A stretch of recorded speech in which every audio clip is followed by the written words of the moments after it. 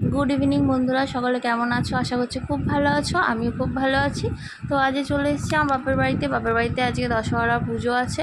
তো এই পুজোটা আমি জ্ঞানত অবস্থায়, মানে ছোট্টোবেলা থেকে জ্ঞানত অবস্থায় আমি এটা দেখেই বড় হয়েছি। তো এই দিনটাই যদি এখানে না আসতে পারি মনটা খুব খারাপ হয়। আগের বার এসেছিলাম কিন্তু পাপড়ির পরীক্ষার জন্য আমি এনজয় করতে পারিনি, বা খানিকটা পুজোটা দেখে চলে যেতে হয়েছিল।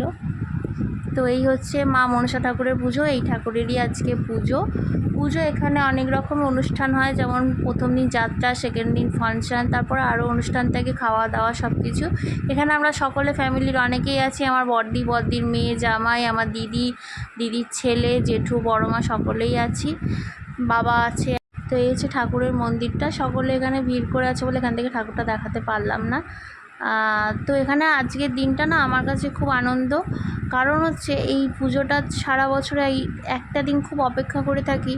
আমার পুরনো অনেক বন্ধু, যাদের সাথে আমি অনেক বড় হয়েছি ছোটো থেকে, তাদের সাথে এই পুজোটাতেই দেখা হয় শুধুমাত্র।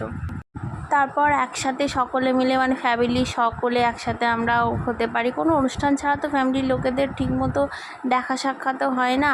তো এই পুজোটাতে এইরকম আনন্দ হয় যে সকলের সাথে দেখা হয়, আনন্দ, গল্প, এই জন্যই আরও ছুটে আসা।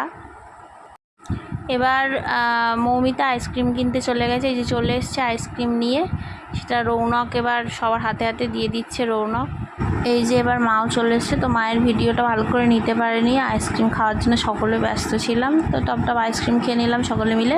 এবার যাত্রা স্টার্ট হবে আমাদের এখানে। তো যাত্রার ভিডিও আমি সেরকম কিছু নিতে পারিনি, তাই ভিডিওটা এখানেই স্টপ করছি। সকলে খুব ভালো থাকবেন, সুস্থ থাকবেন। জয় মা মনসা।